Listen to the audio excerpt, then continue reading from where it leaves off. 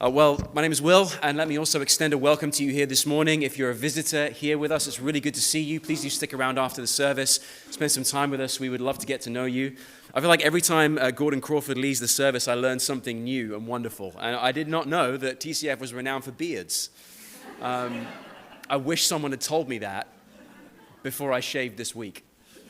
But my wife will tell you I'm actually follicularly challenged in the facial department, and increasingly in the head department. So I'm afraid that I will be an example of a smooth man and not a hairy man. We're going through our series in Thessalonians, 1st and 2nd Thessalonians. And last week what we saw were the marks of a true gospel church. What is it that actually distinguishes a real deal church from others that just bear the name only and not the power of the gospel within them? And what we saw last week, it is the power of the gospel in a church that makes it a true church. It's not the building, it's not the trappings, it's not the kind of ministry that they're doing necessarily, or the songs that they sing, or anything like that. It is the power of the gospel at work amongst those who believe. And as Richard was reading, you would have seen some of the same language there in this passage as well. Well, now, today, this morning, we're not just looking at what are the marks of a true gospel church. We're going to see what are the marks of a true gospel leader. How can we identify what a true gospel leader is, the true thing from the counterfeit? That's essentially what we're going to be looking at this morning. And listen, by any reckoning, there is a crisis of confidence in leadership in the UK and in the Western world right now. If you look at the Office for National Statistics, all of the metrics show that our trust here in the UK in leadership and roles of authority are the lowest in Europe. They're the lowest that they've been since the 1990s. In this country in particular, we feel as if the people that we look to for leadership are severely lacking in integrity. And COVID just exposed that. Many of the scandals that have come out recently in the news expose again and again and again that the people who are put over us in positions of leadership are prone to lacking integrity and dithering when we need them to take a stand. They have a relationship to the truth that is essentially negotiable. Why is that?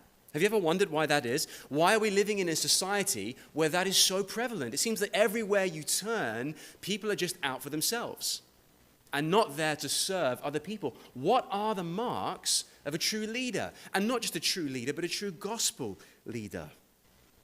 Listen, I think in past generations, all of our institutions, like schools or the government or the universities and even the family itself, were seen as places where people's ideas could be challenged and where those individuals could be formed as productive members and servants of the society that they're going to be placed into. But something's changed. Our culture has become obsessed with self-expression and individualism. So all of that has changed. Those institutions that I just named have become places not where we are challenged, but where we go to be affirmed. And if we are challenged, we get offended. Those have become places not where we learn to serve, but where we expect everything to serve us and cater to us. And as a result, our society is incredibly poor at creating people of integrity and sacrifice, and therefore leaders. But the problem is we need leaders. The church needs leaders. And what we're going to see in this passage is that God's answer to the terrible position that we are in is the gospel-centered church. That is God's answer to the crisis that we are facing right now in the UK and across the West in leadership. It's the answer, even within the church itself, to the crisis in leadership that we're facing. My friends, your definition of church needs to be accurate. The church is the beachhead for God's kingdom. It is supposed to be an example of what redeemed relationships under the rule of Jesus look like. And therefore, in their relationship to authority and power, its leaders are supposed to look a certain way. And that's what we're going to be looking at here this morning. And I'm not ignorant of the fact, by the way, that churches are just as guilty as any other institution of having leaders lacking in integrity.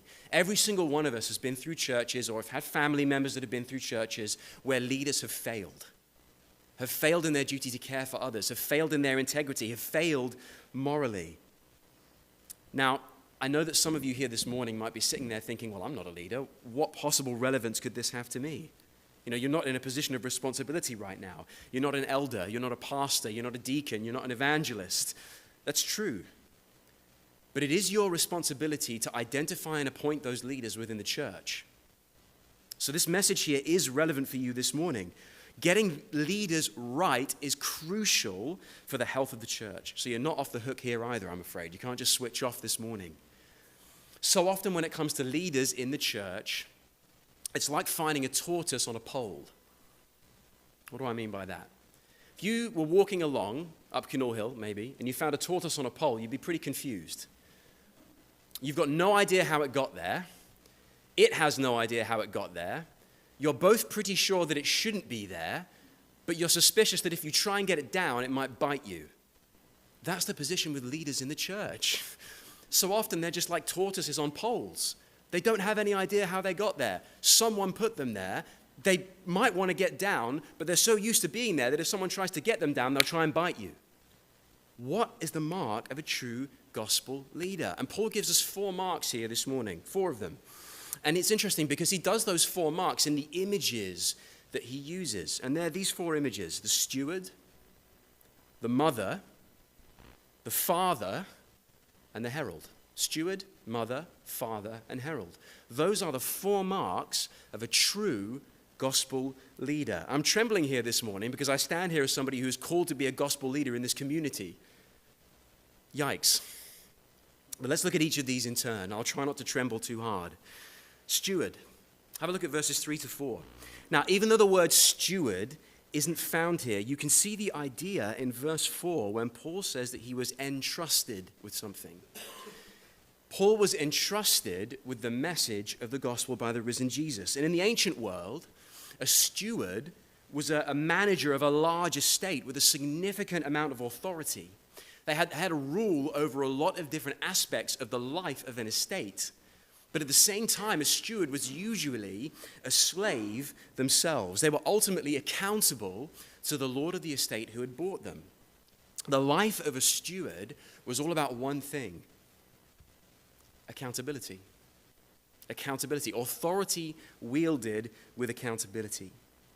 And it's interesting because in verse 3, before Paul is going to tell us what a steward leader is, he tells us what a steward leader is not. Throughout this passage, there are a lot of negatives before positives. Paul is going to show you, here's what I'm not talking about, and here's what I am talking about. So with a steward leader, he says this in verse 3. Our appeal does not spring from error or impurity or any attempt to deceive. Paul's message was true. His motives were pure, and his methods were open and above board. See, Paul's understanding of God wasn't shallow. It wasn't based on some sort of intellectual misunderstanding. He didn't scrimp on going deep into the scriptures and studying what the message actually meant. Neither was he seeking fame or money or influence. He didn't hide the cost of following Jesus from the Thessalonians either, or promise them false blessings in this life. See, a sinful steward leader uses their position and resources selfishly. They use them exploitatively for their own gain. And it's so easy as a leader not to serve the church, but to use the church for your own ends. Whether it's financial gain or whether it's your own status. It's so easy for a leader to end up using the people that they're called to serve. And a way that we can test this is by asking ourselves, how safe is it to criticize the way things are in a church? How safe is it actually to bring your concerns to the people who are in leadership over you? Listen, if a leader is serving themselves, then success will go to their head and failure will go to their heart. And they will actually be incredibly reactionary when it comes to criticism. Because a true gospel leader is at peace with receiving those kinds of criticisms, because they realize that they are a steward who is accountable to God and to the people in front of them. So that's the negative part of it. But the positive contrast comes in verse 4. We seek not to please man, but to please God, who tests our hearts. Paul's life and ministry were God-centered. The steward leader, the true gospel leader, is God-centered and not man-centered or self-centered. Paul knew that he was ultimately accountable to God himself, who sees to the heart of things. Paul knew that God saw his motives, and because of that, none of the authority that Paul had, which was significant as a leader, was used for his own benefit. It was wholly used for the benefit of his Lord, like a steward looked to the hand of his master. See, Paul had an undivided heart and looked to the approval of God alone. Listen, most of us, whether we acknowledge it or not, do everything with an eye to approval from someone or something. We're all looking to the approval of some audience or another when we are in positions of leadership. The question is not whether we will have an audience, but what kind of audience you're going to have. Will it be man or will it be God? Are you seeking to please man or are you seeking to please God? You know, that question is the difference between being steered by a gyroscope or an opinion pole. You know what a gyroscope is? You know, a gyroscope is used to help something steer towards its destination regardless of what is happening around it. It's always steering towards its set goal. Ships and airplanes use them to stay directly on their course no matter what the weather is or the conditions. But an opinion pole is very different. An opinion pole is taken to test what people think and then to change direction based on that. You know, true stewards, true gospel leaders, and true gospel churches steer with gyroscopes, not opinion poles. They don't change their course based on what people think. They don't compromise because they're not actually responsible for doing whatever everyone wants. They're responsible to the Lord alone. They live before one audience, and that is God. They live before his heart. They're not seeking popularity or personal gain. You know, before I came here to TCF, I always remember a sermon that my father-in-law in Montana preached, and it was from the letter of 1 Timothy. And he said that our temptation as leaders is to let people set the agenda rather than God set the agenda. To let people set the agenda rather than the Holy Spirit to set the agenda. To let the flock do it rather than the chief shepherd, because we want the flock to like us. It's a huge temptation for ministers is to want to be liked by the people that you're serving. But a good shepherd knows the health of his flock, but he doesn't let them set the route for the day, because sheep are prone to getting stuck in fences and running off cliffs and doing whatever they want. See, a good shepherd knows that sheep will all pull in different directions. A good shepherd doesn't dominate the sheep, but seeks to guide them as a good steward towards the goal that the master has set. Now, I read a book recently called The Care of Souls, and it was written by a Lutheran pastor, and he's got this great image for leaders. Leaders are essentially God's sheepdogs. You've seen a sheepdog, right? One eye on the flock, one eye and both ears on the shepherd, listening for his voice. You know, sheepdog wants to care for the sheep and protect them, but the approval of the chief shepherd is everything to them.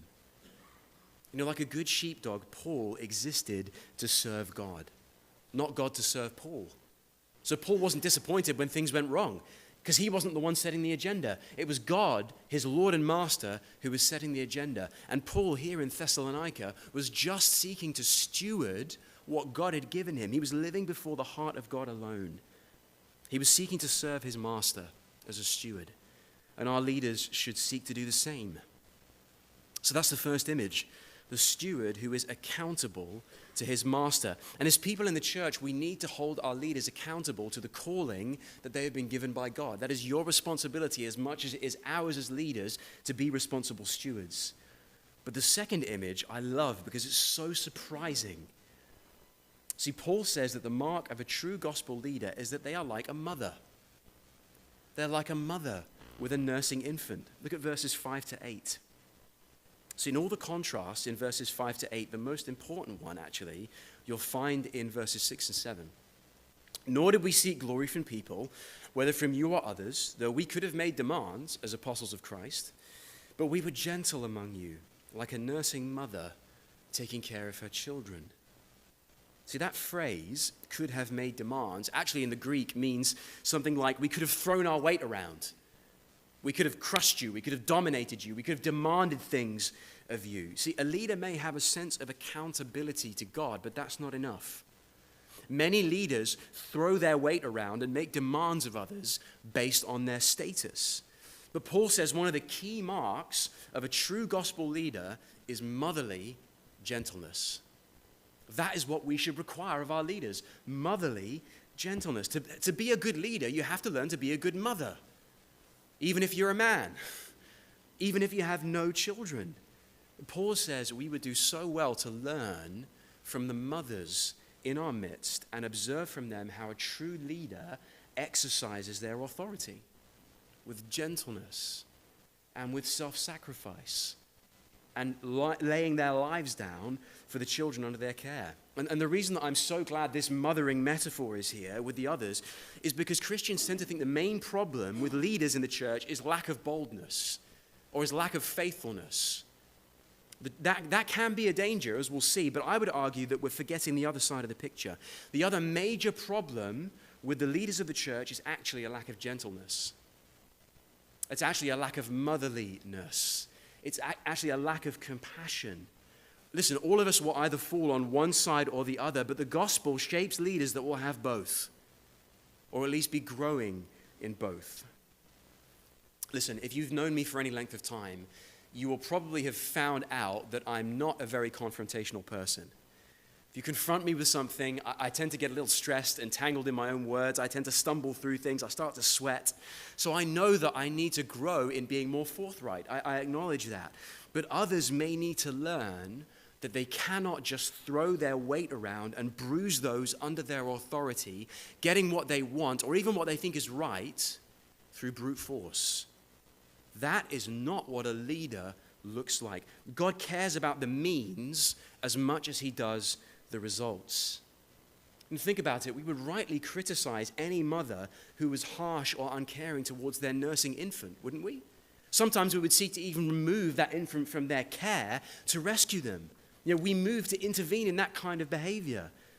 So why don't we take that serious an approach to leadership? Particularly in ministry, how many of us have overlooked self-aggrandizing bullies for the sake of a quiet life because we want to avoid confrontation?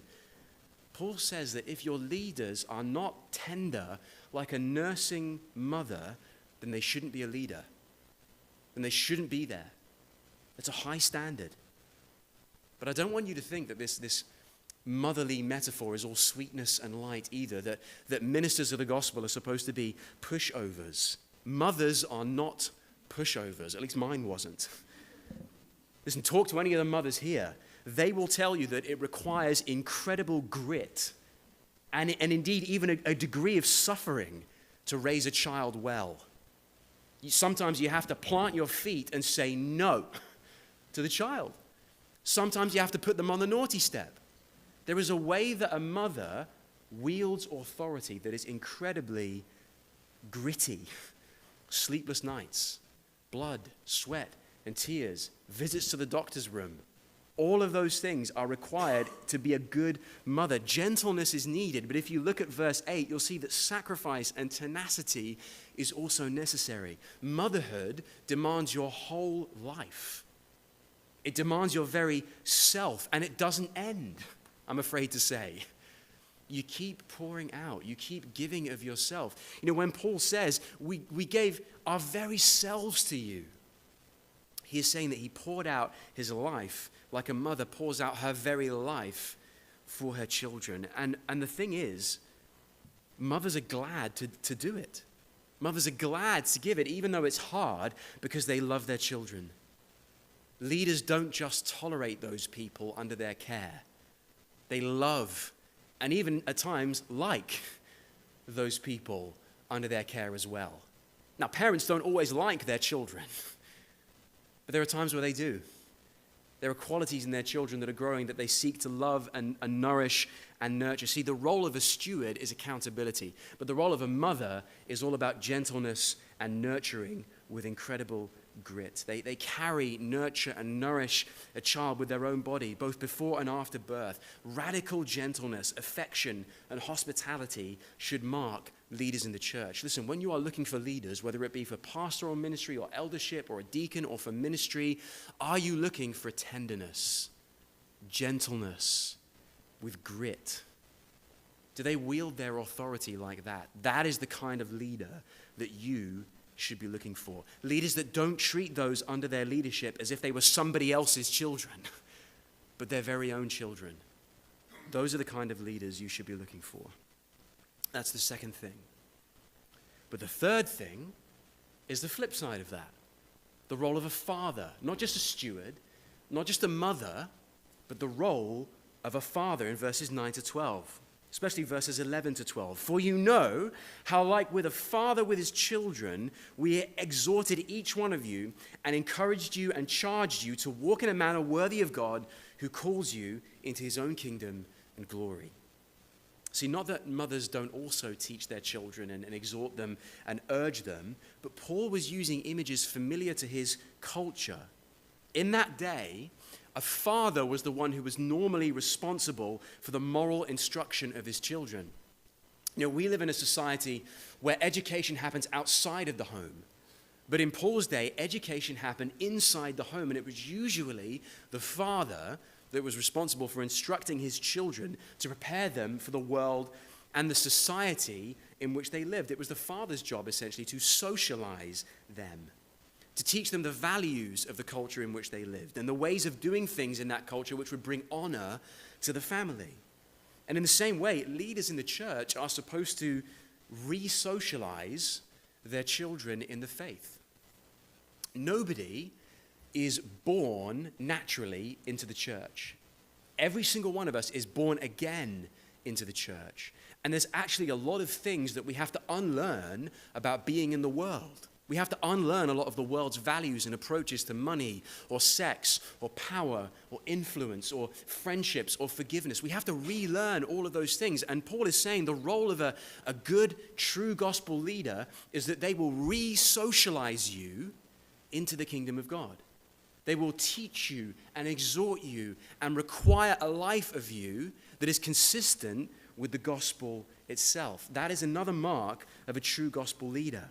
We need to learn the rhythms and practices of our new status and identity before God, none of which comes naturally to us. So we need leaders that we can imitate. If you remember last week, imitation was a huge point in the first chapter of Thessalonians, and Paul returns to it here. We need leaders who will make it clear what God expects of his children, that will comfort and draw alongside them when they find the going tough, yet insist on godly behavior, that will insist on discipline, that will insist on holiness, and will not compromise on those kinds of things. One of the things that my father taught me, that those boundaries that parents set are there for your good, and they're actually healthy for you.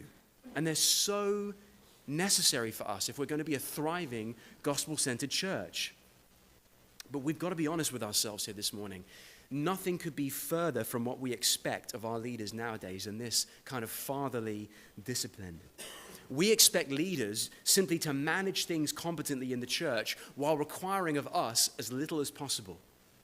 We expect leaders to be more like bosses than parents. Over us, yes, but with very little access to speak into our lives or require anything from us other than what we think our job description says. Because we treat a church like a voluntary organization rather than a kingdom to which we are part, with a king and structures of authority to which we belong.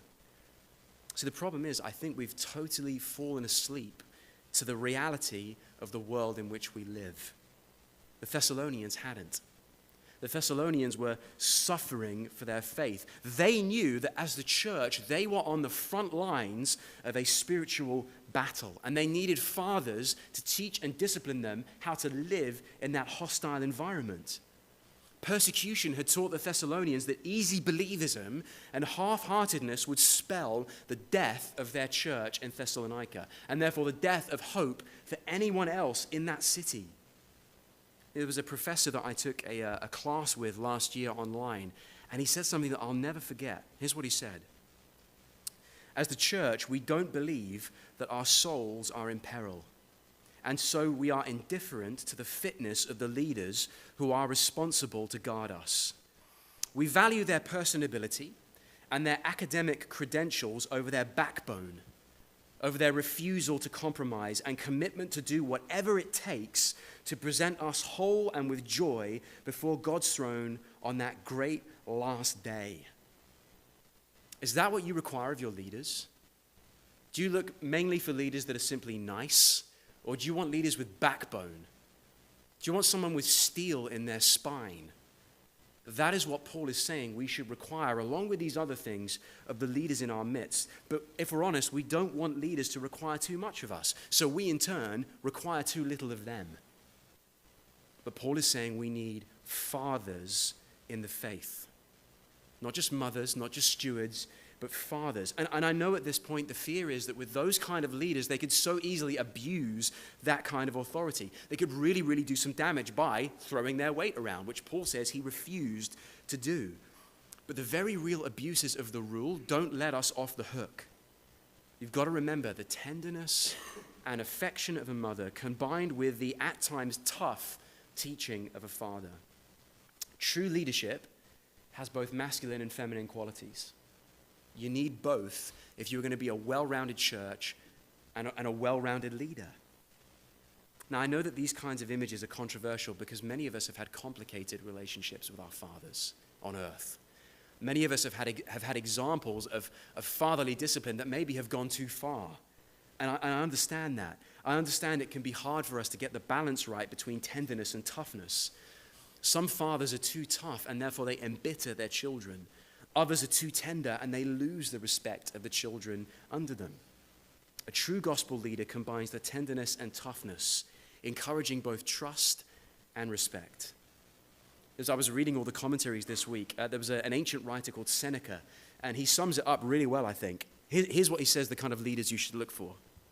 People who teach us by their lives, who tell us what we ought to do, and then prove it by practice, who show us what we should avoid and then are never caught doing that which they have ordered us to avoid. People who practice what they preach, essentially. That's how a fatherly leader should operate. Not just a steward who is accountable to God alone and who seeks to please the Father in heaven and not only the people around them. Not just a mother who is tender in a gritty way towards the people that they are leading and wants to nurse them into all growth and health and nourishment. But a father who wants to discipline their children and with a steel backbone seeks to present them holy and whole and righteous into the world in which they're called. But there's one final image that we need to have a look at here. And it's the image of a herald. And it's in this image of a herald where we actually find the strength to meet this incredibly high bar. Listen, I know we've covered a lot of ground here this morning.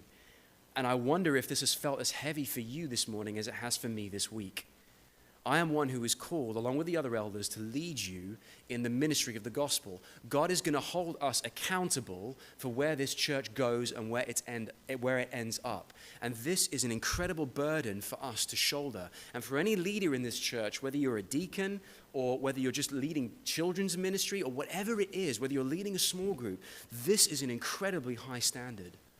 Where on earth are we going to find the strength and the grace to be able to be these kinds of people as we lead the church? And you actually find it in verses 13 through 16. Now this image actually through the basis of a herald is in verse 9, when Paul says, while we proclaimed to you the gospel of God. You know, a herald is one who is sent to proclaim good news. That's what a herald is. They're sent to proclaim a message. And that's the idea that lies behind verse 13 to the first half of verse 14. And there's a lot we could say about this image of a herald, but I want to focus on the message that the herald brings. The fundamental identity of a herald is that they have a message to proclaim. Now, this may seem obvious to you, but it's worth stating. The heart of everything a gospel leader does must be the gospel itself. It has to be that. The gospel must be the heart of everything. It forms the message that they preach. It supplies the motives for preaching, and it determines the means by which they preach that message. Because let's be honest, without the gospel, no one of us would be able to shoulder this incredible standard of responsibility that Paul is putting forward here. None of us would be able to do it. Nobody would be a leader. Leadership in the church would be impossible if we were trying to meet this standard. How many of us have lived with anything approaching the kind of integrity that Paul is talking about here? How many of us have been living just solely unto God in absolutely everything that we do? How many of us have been that model of tenderness and affection and toughness that the mother is that Paul talks about here? Which one of us, myself included, has anything approaching a clear conscience on this matter? My conscience has not been clear this week. See, we know, don't we, that we lack integrity, but we can't face that fact on our own. We excuse or ignore our failures. We try and cover them up. We try and find ways to get around them. And we react really strongly against anyone that points out maybe that we have wrong motives in doing things. And we cut ourselves off from the power that we could have to really be leaders of integrity. Listen, the only way that we're going to be leaders like Paul lays out here is that if we are messengers for whom the message itself is good news. The message itself has to be the good news that is the power to be the kind of person that Paul is calling you to here. A herald gives the message, yes, but they also participate in it.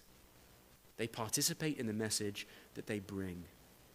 Do you remember when Paul says, God is our witness here? Or when he says that God is the one who tests hearts. See, Paul is reminding us that God sees not just our actions, but our motives. God sees them from top to bottom. He sees them inside out. And yet because of Jesus, he loves us just the same.